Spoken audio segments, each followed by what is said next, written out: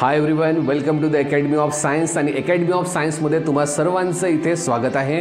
आज आपण बघणार आहोत मुलांनो की 14 फेब्रुवारी शुक्रवार हा दिवस आजचा आहे. ठीक आहे. आणि येणारा जो शुक्रवार म्हणजेच बघा 21 फेब्रुवारी त्या दिवशी तुमचा पहिला पेपर आहे. ठीक आहे. मग आज आपण बघतो आहे की फक्त आणि फक्त 7 दिवस आपल्याकडे बाकी आहे आणि 7व्या दिवशी सर माझा पेपर आहे. तर माझी या दिवसांमध्ये काय स्ट्रॅटेजी असायला पाहिजे आज आपण इथे बघतो आहे. ठीक आहे. चला मुलांना आपण बघूया. बघा 14 फेब्रुवारी आपल्याकडे आजचा दिवस पाहायसाठी मिळतो आणि 21 फेब्रुवारीला तुमचा पेपर आहे. म्हणजे 21 फेब्रुवारीला तुम्ही ज्यावेळेस त्या सेंटरवरती जाणार आणि बघा तिथे तुम्ही तो पेपर मराठीचा सॉल्व करणार आहे. ठीक आहे. मग आता बघूया की बघा या दिवसांमध्ये मी काय करायचं. ठीक आहे. आता मुलांना मी तुम्हाला सांगतो आहे, प्रत्येक मुलांच्या मी इतक्या वर्षापासून ज्यावेळेस मी इथे शिकवतो आहे तर मला एक माहिती पडलं की बघा सगळ्या मुलांनी माहिती आहे सर्वात जास्त जर महत्त्व दिलं असेल तर बघा ते मॅथला सर्वात मुलांनी महत्त्व दिलं आहे आणि सायन्सला महत्त्व दिलं आहे. आणि थर्ड नंबर जेव्हा बघतो आपण त्याला इंग्लिशच्या या सब्जेक्टला प्रत्येकाने एक महत्त्व दिलेलं आहे. ठीक आहे.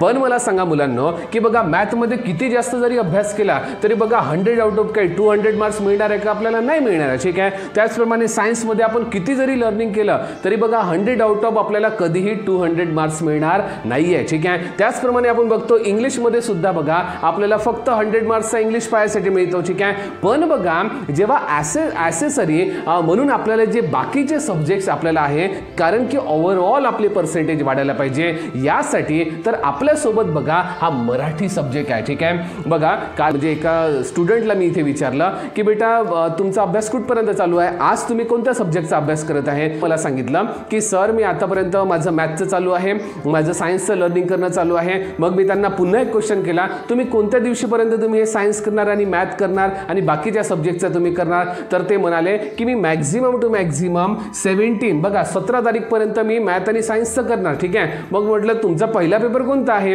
मी त्यांना असं सहजरित्या विचारलं. त्यांनी मला म्हटलं की 21 तारखेला माझा मराठीचा पेपर आहे. ठीक आहे. मग त्यांना मी पुन्हा क्वेश्चन केला. मी म्हटलं बेटा तुला जर समजा मराठीचा अभ्यास करायचा आहे तर मराठी किती दिवसामध्ये अभ्यास करू शकते तू? तर त्यावेळेस त्या म्हणाल्या की म्हटलं की खूप झालं, मॅक्झिमम 2 दिवसामध्ये मी मराठीची तयारी करू शकतो, मॅक्झिमम 2 दिवसामध्ये. ठीक आहे. मग मी असं त्याला विचारलं क्वेश्चन, मग तर तुला प्रत्येकच वर्षी 100 आउट ऑफ 100 मराठीमध्ये मिळत असेल. ठीक आहे. कारण तू 2 दिवसामध्ये करू शकते मराठी. तर त्यावेळेस तिने मला सांगितलं की नाही सर, ठीक आहे, मला मॅक्झिमम टू मॅक्झिमम 60-65 मला इथे फक्त मराठीमध्ये मार्क्स मिळतात. मग मी तिला विचारलं बेटा आपण मॅथला किती महत्त्व देतो, बघा इथे सायन्सला आपण किती महत्त्व देतो, आपण इंग्लिशला किती महत्त्व देतो. ठीक आहे. ते सुद्धा तर 100 मार्क्सचे आहे. ठीक आहे. मग मराठी काय 50 मार्क्सचा आहे का आपल्याला? ठीक आहे. की मराठी काय 20 मार्क्सचा मराठी आहे का आपल्याला? नाही आहे. मग तुम्ही जेव्हा शेवटी आपले ते ओव्हरऑल पर्सेंटेज वाढवणारे जे आपल्याला गिफ्टमध्ये मिळालेले काही सब्जेक्ट आहे. ठीक आहे. बघा मी तुम्हाला सांगतोय 10वी बोर्ड कठीण आहे, हो ठीक आहे, पण बघा त्याच्यामधला फक्त आणि फक्त 40% जे काही सब्जेक्ट आहे तेच कठीण आहे. ठीक आहे. बाकी 60% सब्जेक्ट मी तुम्हाला सांगतो आहे की ते स्कोरिंग सब्जेक्ट आहे आणि त्यामध्ये आपल्याला मार्क्स घेता येतात आणि त्यामधला सर्वात महत्त्वाचा सब्जेक्ट म्हणजे कोण आहे? मराठी. ठीक आहे. बघा रोज आपण मराठीमध्ये बोलतो, रोज आपण मराठीमध्येच सगळ्यांच्या काही भावना आहेत त्या व्यक्त आपण करतो. ठीक आहे. मराठीमध्ये पटापट लिहू शकतो, मराठीमध्ये सगळ्या काही गोष्टी आपल्याला मराठीमध्ये समजते. ठीक आहे. मग मार्क्स ज्यावेळेस आपण त्याच्यामध्ये घेतो तर कधीही आपल्याला आउट ऑफ मार्क्स किंवा अबव 90 मार्क्स आउट ऑफ 100 कधीही मिळत नाही. ठीक आहे. मुलांनो मी आज तुम्हाला अशा प्रकारची ट्रिक सांगतो आहे की आपल्याला कोणत्या सब्जेक्टला महत्त्व द्यायचं आहे म्हणजे ओव्हरऑल सब्जेक्ट माझे वाढणार. ठीक आहे. मी तुम्हाला सांगतो आहे की तुम्ही छान गोष्ट आहे की तुम्ही मॅथचा अभ्यास करू शकता, तुम्ही सायन्सला वेळ द्या, तुम्ही इंग्लिशला वेळ द्या, पण बघा हे सब्जेक्ट कितीही अभ्यास केल्याच्या नंतर शेवटी तुमचे मार्क्स कुठे ना कुठे ते काय करणार? कमी करून देणार. ठीक आहे. पण बघा जे मार्क्स तुम्हाला गिफ्टमध्ये मिळायला पाहिजे होते, ज्यामध्ये आपण मराठी बघतो, ज्यामध्ये आपण हिंदी बघतो, ज्यामध्ये आपण हिस्ट्री आणि जिओग्राफी बघतो. ठीक आहे. हे जे मार्क्स तुम्हाला इथे काय करत होते? इन्क्रीज करून देणार होते. ते मार्क्स तुम्ही स्वतःच्या हाताने गमवून बसणार आहे. ठीक आहे. आणि म्हणून या 7 दिवसांमध्ये मी प्लॅनिंग सांगतो आहे की तुम्हाला काय काय केलं पाहिजे. चला बघूया प्लॅनिंग काय. या काय असली पाहिजे या 7 दिवसांमध्ये तुमची स्ट्रॅटेजी, ठीक आहे। पहिले तर मी तुम्हाला सुरुवातीला सांगतो आहे, ठीक आहे। बघा इथे आपल्याला मराठीचा पेपर आपल्याला पाहायसाठी मिळतो 21 तारखेला। तर बघा तुम्ही म्हणणार की सर मी थोडंसं मराठीचं पण सकाळी करत जाणार, संध्याकाळी मी सायन्सचं करणार, ठीक आहे। मग मी मराठीचं सकाळी करणार, दुसऱ्या दिवशी संध्याकाळी मॅथ्सचं करणार, मी मराठी करणार सकाळी आणि संध्याकाळी इंग्लिशचं करणार, ठीक आहे। तर मी नक्की तुम्हाला सांगतो मराठीचे मार्क्स तुम्ही इथे गमवून बसणार, ठीक आहे। मग काय करायचं सर, मग किती दिवस मी मराठीला दिलं पाहिजे? बघा मुलांनो, आजची 14 फेब आहे आणि उद्या असलेली 15 फेब, ठीक आहे। 2 दिवसामध्ये तुम्हाला ज्या ज्या विषयांचा अभ्यास करता येतो ना तुम्ही पूर्णपणे अभ्यास करून घ्या बेटा, ठीक आहे। आणि नंतर जेव्हा 16 फेब तुम्हाला मिळणार, ठीक आहे। बघा हे 16 फेब, ठीक आहे। 16, 17, 18, 19 आणि 20, ठीक आहे। या 4 दिवसामध्ये फक्त आणि फक्त तुम्हाला वेळ द्यायचा आहे मराठीला, ठीक आहे। एकही सब्जेक्ट तुम्ही सकाळी वाचणार नाही दुसरा आणि एकही सब्जेक्ट तुम्ही संध्याकाळी वाचणार नाही दुसरा, ठीक आहे। फक्त आणि फक्त मराठी, ठीक आहे। मग तुम्ही म्हणणार सर एवढं सारं थोडी ना मराठी आहे, मग आम्ही कसं करणार? अरे तर तुम्ही काय करायचं आहे, पूर्ण चॅप्टर्स त्याला रिवाइज करा, पूर्ण जे काही उतारे आहेत ते वाचून घ्या, जे तुम्हाला कविता आहेत ते पूर्ण वाचून घ्या, ठीक आहे। रायटिंग स्किल ते लिहून बघा, ठीक आहे। प्रॅक्टिस करा, चांगलं मी कसं लिहू शकतो, मला 100 आउट ऑफ 100 मराठीमध्ये कसे घेता येणार, ठीक आहे। याचं तिथे रिसर्च करा 5 दिवसामध्ये, ठीक आहे। मला माहिती आहे फक्त पेपरच्याच वेळी आपण हा सब्जेक्ट घेतो, मग सब्जेक्टच घेत नाही, पण हेच मार्क्स जर तुम्ही इथे चांगले घेतले तर ओव्हरऑलचं पर्सेंटेज बेटा तुमचं इथे सगळ्यांचं वाढून जाणार, ठीक आहे। मग आपलं कारण हा गिफ्टेड सब्जेक्ट आपल्यासाठी, मग तुम्ही म्हणणार सर आणखी पण गिफ्टेड सब्जेक्ट आहे काय ना? बघा इकडे लक्ष द्या, बघा इथे आपल्याला मराठी जो आहे हा 100 मार्क्स देणार आहे, तेवढेच मार्क मॅथ पण देणार, ठीक आहे। बघा एम फॉर मराठी आणि एम फॉर मॅथ पाहायसाठी मिळते, दोन्ही 100च मार्क्स देणार आहे, पण आपण महत्त्व दिलं आहे फक्त मॅथला, ठीक आहे। नंतर आपण बघतो आहे बघा हिंदी आपल्याला पाहायसाठी मिळतं, बघा काही लोकांना इथे संस्कृत सुद्धा राहू शकतो, काही लोकांची इथे संस्कृत आणि हिंदी हाफ संस्कृत हाफ हिंदी आपल्याला पाहायसाठी मिळते, काही प्रॉब्लेम नाही। पण बघा हे 100 मार्क्स इथे देणार आहे, हे पण सुद्धा आपल्याला 100 मार्क्स इथे देणार आहे। आणि सोबत एक थर्ड सब्जेक्ट मी तुम्हाला सांगतो, तो म्हणजे हिस्ट्री जिओग्राफी, हा तुम्हाला 100 मार्क्स देतो बेटा, ठीक आहे। मी तुम्हाला सांगतो बघा हा नंबर 1, 2 आणि 3 हे 3 सब्जेक्टचा जर तुम्ही व्यवस्थितरित्या अभ्यास करता, ठीक आहे, आणि आउट ऑफच्या जवळपासचा अभ्यास तुम्ही करता आणि आउट ऑफचा पेपर सॉल्व करून तुम्ही येता आणि जर तुमचे चांगले मार्क्स इथे आले तर मी तुम्हाला सांगतो 50% हे 3च सब्जेक्ट जे आहे तुमचे मार्क्सला आणि पर्सेंटेजला उंचावून घेतात, ठीक आहे, जमेल इथपर्यंत। आणि म्हणून तुम्हाला या 3 सब्जेक्टला इतका जास्त वेळ द्यायचा आहे, ठीक आहे। मी तुम्हाला सांगतो मॅथ थोडेसे दिवस नाही केलं चालेल, काही प्रॉब्लेम नाही, सायन्स नका करू, ठीक आहे, इंग्लिश नका करू, पण या 3 सब्जेक्टला एकदम आउट ऑफचे बनवून टाका, ठीक आहे। आणि सुरुवातीला पहिला तर पेपर तुमचा मॅथ्सचा आहे बेटा, ठीक आहे। एक सेल्फ रिस्पेक्ट आणि सेल्फ कॉन्फिडन्स जेव्हा आपण म्हणतो ना, जेव्हा पहिल्या पेपरला तुम्ही जास्त वेळ देणार आणि चांगल्यात चांगला पेपर तुम्ही जेव्हा सॉल्व करून तिथून येणार ना, ठीक आहे, तर तुमच्यामध्ये कॉन्फिडन्स असणार, सर आउट ऑफचा पेपर गेला आणि मी पूर्ण पेपर लिहिला। कारण तुमचे फ्रेंड्स तुम्हाला एक गोष्ट सांगत नक्की येणार आहे की माझा 5 मार्क्सचं बाकी राहिलं लिहायचं, माझं 10 मार्क्सचं बाकी राहिलं, माझं 15 मार्क्सचं बाकी राहिलं, ठीक आहे। हे प्रत्येक मुलं तुम्हाला बघणार, ठीक आहे। बघा तुम्ही बाहेर जेव्हा तिथून निघणार ना एक्झाम हॉलच्या, त्यावेळेस तुम्हाला खूप लोक असे निराश दिसणार आणि ते म्हणणार की सर माझं इतकं बाकी राहिलं, माझं तितकं बाकी राहिलं, मला हे नाही जमलं, मला ते नाही जमलं, हे त्यांच्या शिकायत असणार, ठीक आहे।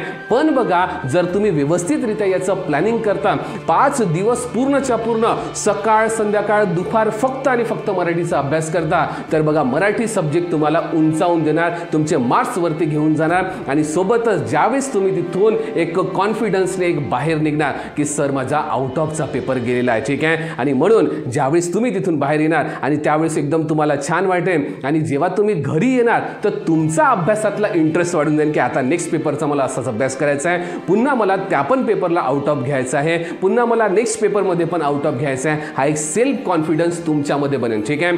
पण जर समजा तुम्ही याला 2 आणि 3 दिवस दिले, ठीक आहे, आणि शेवटी जेव्हा पेपरमधून तुम्ही बाहेर निघणार आणि तुम्हाला वाटेल की माझं 10 मार्क्सचं बाकी राहिलं, माझं 15 मार्क्सचं बाकी राहिलं आणि त्यावेळेस तुमचा सेल्फ रिस्पेक्ट सेल्फ कॉन्फिडन्स एकदम जमीनदोस्त झालेला राहणार, ठीक आहे। आणि त्यावेळेस तुमचा पहिला पेपर जर तुम्ही कमी मार्क्सचा गेला तर दुसऱ्या पेपरमध्ये सुद्धा तुमचं लक्ष लागणार नाही, ठीक आहे। आणि म्हणून पहिला पेपर हा चांगला जाणे अनिवार्य आहे मुलांनो, ठीक आहे। आणि म्हणून सगळ्यांनी तुम्हाला या गोष्टी करायची आहे आणि मराठीला इम्पॉर्टन्स द्यायचं आहे, ठीक आहे। आणि मराठीमध्ये तुम्हाला माहिती आहे की 3 तासामध्ये कशा प्रकारे 3 तासात एक्झॅक्टली पेपर सॉल्व करायचा व्हिडिओ आपल्या कमेंटमध्ये असणार, डिस्क्रिप्शनमध्ये व्हिडिओ तुम्ही बघू शकता आणि 3 तासामध्ये आउट ऑफचा पेपर कसा सॉल्व्ह करायचा हे मी तिथे पूर्णपणे दिलेलं आहे, तर तुम्ही तिथे जाऊन वॉच तुम्ही करू शकता. ठीक आहे. मग आता बघूया सर इथे करायचं काय. तर बघा मराठीला खूप जास्त महत्त्व द्या मुलांनो. ठीक आहे. सर्वात जास्त महत्त्व मराठी. मी स्वतः मॅथ शिकवतो आणि स्वतः मी इथे सायन्स सुद्धा शिकवतो. ठीक आहे. मॅथ आणि सायन्स दोन्ही सब्जेक्ट मी इथे शिकवतो. ठीक आहे. बघा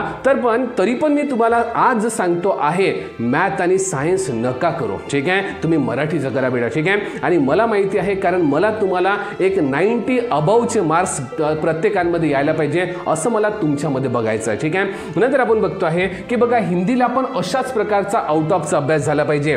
सोबत आता बघा तुम्ही म्हणणार सर तुम्ही याच्याबद्दलच सांगत आहे लँग्वेज आणि हे छोटे छोटे जे काही सब्जेक्ट आहे तुम्ही याबद्दल काय बोलणार. ठीक आहे. तर मी तुम्हाला सांगतो यांचं काय करायचं. बघा प्रत्येक पेपरला बेटा आता सुट्ट्या आहे. ठीक आहे. मी असं म्हणणार नाही की या 2-3 दिवसामध्ये तुम्ही पूर्णच्या पूर्ण सिलेबस पूर्ण सब्जेक्टचा वाचू शकणार नाही वाचू शकणार. ठीक आहे. तसंही 2-3 दिवसामध्ये तुम्ही खूप काय वाचू शकणार नाही आहे. तर एक पॉसिबिलिटी मी तुम्हाला सांगतो. ठीक आहे. बघा आता पॉसिबिलिटी काय आहे. नंबर फर्स्ट पॉसिबिलिटी आहे मॅथची सांगतोय. ठीक आहे. मॅथमध्ये बघा मॅथ 1 आहे आणि मॅथ इथे 2 आहे. ठीक आहे. तर बघा मॅथ 1 मध्ये काही स्पेसिफिकच चॅप्टर आहे आणि त्याच्यासाठी पण तुम्हाला 1 दिवसाची सुट्टी आहे, तर तुम्ही याची प्रॅक्टिस खूप चांगली करू शकता. ठीक आहे. हे आपल्यासाठी एक पॉझिटिव्हनेस इथे पाहायसाठी मिळते. ठीक आहे. मग मॅथ 1चं झालं की मॅथ 2 आहे, तर मॅथ 2 साठी सुद्धा तुम्हाला एक सुट्टी आहे, त्यामध्ये तुम्ही याचा चांगला अभ्यास करू शकता आणि इथे पण तुम्ही 40 आउट ऑफ 40 इथे पण तुम्ही 40 आउट ऑफ 40 घेऊन येऊ शकता. ही त्याच्यासाठी पॉसिबिलिटी आहे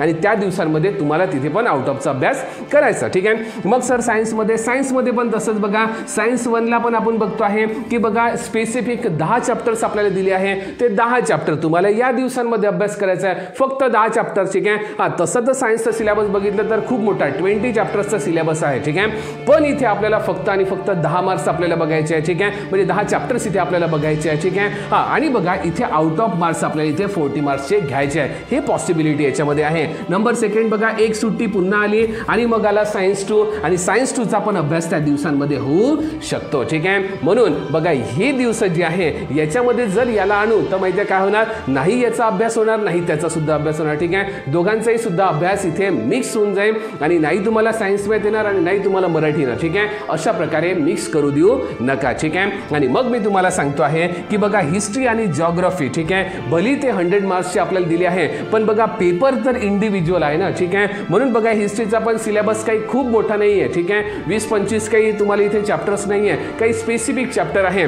तर ते स्पेसिफिक चॅप्टर 40 मार्क्ससाठी आपण तिथे सॉल्व करून घेऊ शकतो. प्रत्येक सब्जेक्टला आउट ऑफचा अभ्यास करून घ्यायचा आहे आणि प्रत्येकांचा बघा इथे एक आउट ऑफचा तुम्हाला अभ्यास करून घ्यायचा आहे आणि छान अशा प्रकारे स्ट्रॅटेजी लावून पूर्णच्या पूर्ण अभ्यास इथे कंप्लीट करायचा आहे. ठीक आहे. मुलांनो फक्त एवढंच मी जाता वेळेस मी तुम्हाला इथे सांगतो आहे की बघा 16 पासनं कोणत्याही सब्जेक्टला हात लावू नका. ठीक आहे. 16ला फक्त सकाळी उठल्यापासनं ठीक आहे तुम्हाला मराठी सब्जेक्ट घ्यायचा आहे. बघा तुमचं लर्न झालं असेल तर लिहून बघा. ठीक आहे. आणि बघा ज्या ज्या गोष्टी तुम्हाला करता येतील रायटिंग स्किलमध्ये तुमचे इथे असलेल्या काही स्किल वाढवा. ठीक आहे. तुम्ही लिहून बघा, वाचून बघा, ज्या ज्या गोष्टी करतात ते करा, पण 16 पासनं बघा इथे मराठीलाच महत्त्व द्या. ठीक आहे. दुसऱ्या कोणत्याही सब्जेक्टला इथे घेऊन येऊ नका. ठीक आहे. बस एवढंच मी तुम्हाला सांगतो आहे. ठीक आहे. आणि जर तुम्हाला हा व्हिडिओ आवडला असणार तर तुम्हाला इथे लाईक करायचं आहे, चॅनलला तुम्हाला सबस्क्राईब करायचं आहे. सोबतच मी तुमच्यासाठी मराठीमध्ये असलेले काही ग्रामर्स ठीक आहे या ग्रामरचे सुद्धा तुमच्याकडे व्हिडिओ मी घेऊन येतो आहे, म्हणजे तुम्हाला ज्यावेळेस तुमचे पेपर असणार त्यावेळेस तुम्हाला याचे इथे फायदा होणार. ओके.